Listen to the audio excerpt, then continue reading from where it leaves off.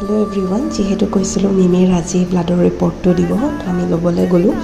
ব্লাডৰ ৰিপৰ্টটো ওলালে ডক্টৰে মানে কৈছে আৰু ইমান এটা প্ৰব্লেম নাই, মানে আৰ্লি ষ্টেজৰ অলপ ভাৱ আছে, তো সেইটো কাৰণে 2টা ইনজেকশ্যন দিলে। ফাৰ্ষ্ট ইনজেকশ্যনটো ভালকৈ ল'লে বাৰু, ছেকেণ্ড ইনজেকশ্যনটো তাইৰ 15 মিনিটছৰ পিছত আছিলে, যোনটো তাই এতিয়া ল'বলৈ নাযায়, মানে ইমান দিগদাৰ দিছে।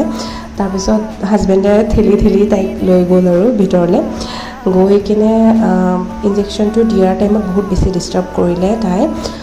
তো ইনজেকশ্যনটো 4বাৰমান পুছ কৰিব লগা হৈছে। তো লাষ্টত অলপ ব্লাডো ওলালে, বেয়াও লাগিছে, আৰু ঘৰত আহি খুব বেছি কান্দিছেও, চাগে বিষাব পাৰে তাইৰ।